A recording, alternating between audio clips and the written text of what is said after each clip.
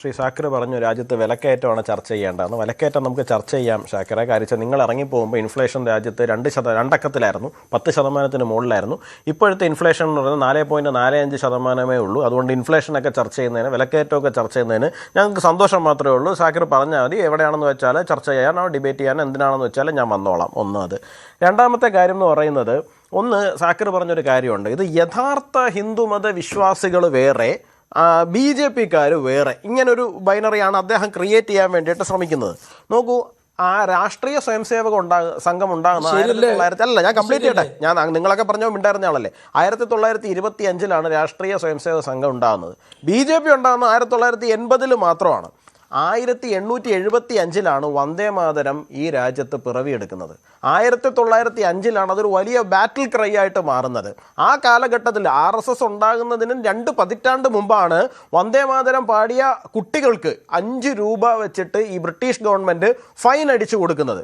അപ്പോൾ ഈ പാട്ടിനകത്ത് ഏതെങ്കിലും ഒരു മതവിഭാഗത്തിനെ അവഹേളിക്കുന്നുണ്ടോ? ഏതെങ്കിലും ഒരു മതവിഭാഗം മോശമാണ് എന്ന് പറയുന്നുണ്ടോ? അല്ലെങ്കിൽ ഏതെങ്കിലും ഒരു മതം മാത്രമാണ് നല്ലത് എന്ന് പറയുന്നുണ്ടോ? അല്ലെങ്കിൽ പോട്ടെ, ഏതെങ്കിലും ഒരു ദേവത മാത്രമാണ് ഇവിടെ ആരാധനയ്ക്ക് അർഹരായിട്ടുള്ളത് എന്നുള്ള തലത്തിൽ പറയുന്നുണ്ടോ? അങ്ങനെ ഒന്നും പറയുന്നില്ലല്ലോ. ഈ രാഷ്ട്രത്തിനൊരു ശക്തിയുണ്ടെന്നും ഈ രാഷ്ട്രം ഇപ്പോൾ ഇങ്ങനെ അടിമത്തത്തിൽ കിടക്കേണ്ടുന്ന ഒന്നല്ലെന്നും ഇത് ശരിക്കും ദുർഗയെ പോലെ കോടിക്കണക്കിന് കൈകളിൽ ആയുധങ്ങൾ ഏന്തി നിൽക്കുന്ന, അടിച്ചാൽ തിരിച്ചടിക്കാൻ ശേഷിയുള്ളൊരു ദുർഗയാണ് എന്നുമല്ലേ ഈ ഗാനത്തിനകത്ത് പറയുന്നുള്ളൂ. ഇതിനകത്ത് എന്താണ് RSSും BJP-യുമായിട്ട് നിങ്ങൾ കണക്ട് ചെയ്ത് കൊണ്ടുവരുന്നതെന്ന് എനിക്കറിയില്ല. നിങ്ങൾ ഒരു വശത്ത് പറയുന്നുണ്ട് സാധാരണ ഹിന്ദുമത വിശ്വാസികൾ.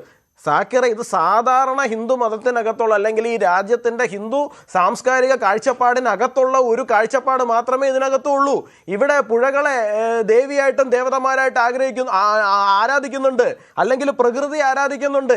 ഇതൊക്കെ ആരാധിക്കപ്പെടുന്നത് കൊണ്ട് മാത്രം എന്താണ് മറ്റേതെങ്കിലും മതത്തിന് ഇത് എതിരാണെന്നോ അവരവിടെ ആരാധന നടത്താൻ പാടില്ല എന്നോ പറയുന്നുണ്ടല്ലോ. ഇതാണല്ലോ വിശാലമായിട്ടുള്ളൊരു ഹിന്ദുമത കാഴ്ചപ്പാട് എന്ന് പറയുന്നത്. ആ കാഴ്ചപ്പാടിൽ തന്നെയല്ലേ ഇത് പോകുന്നത്. അപ്പം നിങ്ങൾ ഒരു വശത്ത് നിങ്ങൾ പറയുകയാണ് ഹിന്ദു വിശ്വാസികൾ ഓക്കെ, കുഴപ്പമില്ല, RSSും BJP-യും ആണ് പ്രശ്നം. നോക്കൂ, ഇവിടെ RSSനെയോ BJP-യോ പുകഴ്ത്തി പാടുന്നതല്ല വന്ദേമാതരം എന്ന് പറയുന്നത്. ഈ രാജ്യത്തിൻ്റെ ഹിന്ദു സംസ്കാരത്തിന് അടിസ്ഥാനമാക്കി നിർത്തിക്കൊണ്ട് ഒരു കാലഘട്ടത്തിൽ ആ സാഹചര്യത്തിൽ ഉയർന്നു വന്നിട്ടുള്ള ഒരു ഗാനം മാത്രമാണത്. അതിനോട് നിങ്ങൾ ഒരു വശത്തൂടെ പ്രശ്നം ഉണ്ടാക്കിയിട്ട് നിങ്ങൾ പറയുകയാണ് ഞങ്ങൾക്ക് ഇതിനോടൊന്നും യാതൊരു ബുദ്ധിമുട്ടുമില്ല, ഏതിനോട്, ഹിന്ദുക്കളോടോ ഹിന്ദുക്കളുടെ വിശ്വാസ രീതികളോടോ ഞങ്ങൾക്ക് യാതൊരു പ്രശ്നമില്ലെന്നാണ്. പിന്നെ എന്തിനോടാണ് നിങ്ങളുടെ പ്രശ്നം? എനിക്ക് മനസ്സിലാകുന്നില്ല.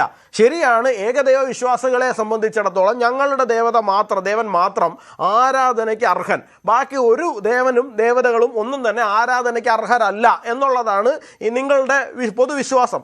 ആ വിശ്വാസത്തിൻ്റെ പുറത്തു നിന്നുകൊണ്ടാണല്ലോ നിങ്ങൾ ഈ പറയുന്നത് ഈ രാജ്യത്തിനെ അങ്ങനെ ദേവതയെ കണ്ട് ആരാധിക്കുക, അങ്ങനെ ഈ രാജ്യം അങ്ങനെ ആരാധനയ്ക്ക് അർഹമൊന്നുമല്ല, കാരണം ഞങ്ങളുടെ ദൈവം മാത്രമേ ആരാധനയ്ക്ക് അർഹമായിട്ടുള്ളൂ എന്നുള്ള കാര്യം. ശരി, അങ്ങനൊരു വിശ്വാസം ഉള്ള ആൾക്കാരാണെന്നുണ്ടെങ്കിൽ നിങ്ങൾ പാടണ്ട, നിങ്ങളോട് പാടാൻ പറഞ്ഞില്ലല്ലോ. ഇത് തന്നെയായിരുന്നല്ലോ 1947 പാർട്ടീഷൻ ഉണ്ടാകുന്ന സമയത്ത് ഉണ്ടായിരുന്ന പ്രശ്നം എന്ന് പറയുന്നത്. ഞങ്ങൾക്കിതൊന്നും പാടാൻ പറ്റില്ല, രാജ്യത്ത് ജീവിക്കാൻ സാധിക്കില്ല, പ്രശ്നം. പാടാത്തവരെ ദേശസ്നേഹികളല്ല എന്ന് ചിത്രീകരിക്കും, അങ്ങനെ ഒരു സംഭവം കൂടിയുണ്ട്. അല്ല, പാടാത്തവരെ അല്ല, മഞ്ജുഷ ഞാനൊന്ന് ചോദിക്കട്ടെ, ഒരു കൂട്ടത്തിൽ ആൾക്കാർ നിൽക്കുന്ന സമയത്ത് ചെന്നിട്ട് ഓരോരുത്തരുടെയും വായിക്കാത്ത നോയിക്കൊണ്ടിരിക്കാൻ പോകുന്നുണ്ടോ? നിങ്ങൾ പാടുന്നുണ്ടോ, നിങ്ങൾ പാടുന്നില്ലയോ എന്ന് ചോദിച്ചിട്ട് എവിടെയെങ്കിലും? നമ്മൾ എത്രയോ കാലമായിട്ട് ഇവിടെ ജനഗണമന പാടിക്കൊണ്ട് വരുന്നുണ്ട്. ഈ ജനഗണമന ആര് പാടുന്നു ആര് പാടുന്നില്ല, ഓരോ കൂട്ടത്തിൽ പോയിട്ട് ഇവിടെ ഇൻസ്പെക്ഷൻ വല്ലതും നടക്കുന്നുണ്ടോ?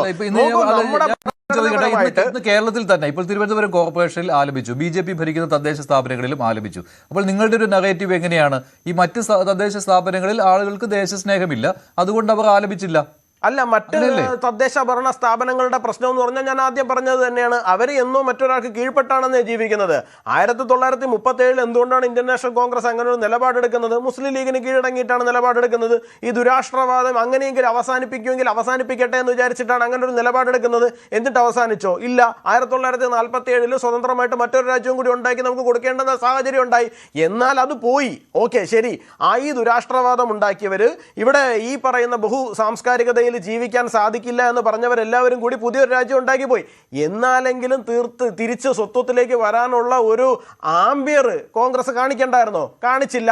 പകരം എന്ത് ചെയ്തു? വീണ്ടും അതിനെ അതേ തലത്തിൽ തന്നെ ഓടിക്കാൻ വേണ്ടിയിട്ട് വിട്ടു. ഇപ്പൊ സാക്കിർ ചോദിച്ച മറ്റൊരു ചോദ്യമുണ്ട്. ഓരോ വർഷം കഴിയുമ്പോഴും BJP ഓരോ പുതിയ ബില്ല് കൊണ്ടുവന്നിട്ട് അല്ലെങ്കിൽ പുതിയൊരു നിയമം ഉണ്ടായിക്കൊണ്ടുവന്ന് പ്രശ്നം ഉണ്ടാക്കുകയാണ്. 96 വാജ്പേയി സർക്കാർ അധികാരത്തിൽ വന്നു. അന്ന് വന്ദേ മാതരം ഫുള്ളായിട്ട് പാടാൻ പറഞ്ഞില്ല. നരേന്ദ്രമോദി സർക്കാർ വന്ന് 12 വർഷം കഴിഞ്ഞു, ഇപ്പോഴും പറഞ്ഞില്ല. ശരിയാണ്, പറഞ്ഞില്ല. എന്തുകൊണ്ടാണ് ഇപ്പോൾ പറഞ്ഞത്? കാരണം 1875 വന്ദേ മാതരം പിറവിയെടുക്കുന്നത്. വന്ദേ മാതരത്തിന്റെ 150ാം ജന്മവാർഷികമാണ് നമ്മൾ കഴിഞ്ഞ വർഷം ആചരിച്ചത് അല്ലെങ്കിൽ ആഘോഷിച്ചത്. അതുകൊണ്ടാണ് ഈ 2025 ശേഷം 1875 നവംബർ 7 2025 നവംബർ 7 150 വർഷമാകുന്നത്. അത് കഴിഞ്ഞു വരുന്ന ദേശീയ അല്ലെങ്കിൽ എന്താണ് ഇൻഡിപെൻഡൻസ് ഡേക്ക് വന്ദേ മാതരം പരിപൂർണമായിട്ട് ആലപിക്കണം എന്ന് പറയുന്ന ഒരു തലത്തിലേക്ക് വരുന്നത്. അത് വന്ദേ മാതരത്തിനെ ഹോണർ ചെയ്യാൻ വേണ്ടിയിട്ടാണ്. 1947 ആ ബാധ്യത, ആ പ്രാരാബ്ദം നമ്മുടെ തലയിൽ നിന്ന് ഒഴിഞ്ഞൂന്നേ.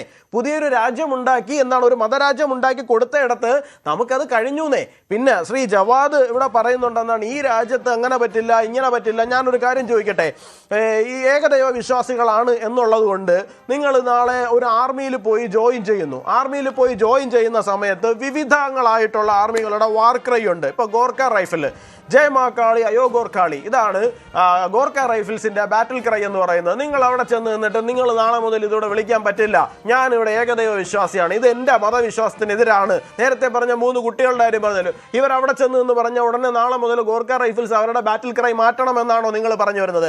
രജ്പുട്ട് റൈഫിൾസിന്റെ ബാറ്റിൽ ക്രൈ എന്താ? ജയ് രാജ രാമചന്ദ്രാണ്.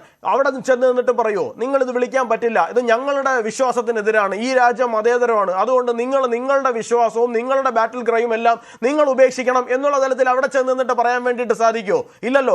ഇത് ആർക്കെങ്കിലും എതിരാകുന്നോ ഇല്ലയോ എന്നുള്ളത് മാത്രം നമ്മൾ പരിശോധിച്ചാൽ പോരെ. ഏതെങ്കിലും ഒരു മതവിഭാഗത്തിനെതിരാണോ? ഏതെങ്കിലും ഒരു മതവിഭാഗത്തിനെ നേരിട്ട് ആക്രമിക്കുന്നുണ്ടോ? പരോക്ഷമായിട്ട് ആക്രമിക്കുന്നുണ്ടോ? ഒന്നുമില്ലല്ലോ. പിന്നെ എന്താണ് പ്രശ്നം? നിങ്ങളുടെ പ്രശ്നം എന്ന് പറഞ്ഞു കഴിഞ്ഞാൽ നിങ്ങളൊരു അജണ്ട ഫിക്സ് ചെയ്ത് വെച്ചിട്ടുണ്ട് ഈ രാജ്യത്ത്. ദേ ഞങ്ങൾ ഇങ്ങനെയാണ്, ഞങ്ങൾക്ക് ഓക്കെ ആകുന്ന കാര്യം ഞങ്ങൾക്ക് കേട്ടാൽ അത് ശരിയായിരിക്കണം, അങ്ങനെയുള്ള കാര്യങ്ങൾ മാത്രം നിങ്ങൾ ഫോളോ ചെയ്താൽ മതി. അതൊന്നും ഇവിടെ പറയാൻ വേണ്ടിയിട്ട് പറ്റില്ല. അങ്ങനെ പറഞ്ഞ ആൾക്കാരെ മുഴുവൻ 1947 ലാഹോറിൽ ട്രെയിൻ കയറ്റി വിട്ടിട്ടുണ്ട്. ആ ട്രെയിൻ മിസ്സായിട്ടുള്ള ആരെങ്കിലും ഇവിടെ ഉണ്ടെന്നുണ്ടെങ്കിൽ അവർ മാറിയിരുന്ന് അങ്ങോട്ട് കരയുക, വന്ദേ മാതരം പരിപൂർണമായിട്ടും തന്നെ ഈ രാജ്യത്ത് പാടും, കേരളത്തിൽ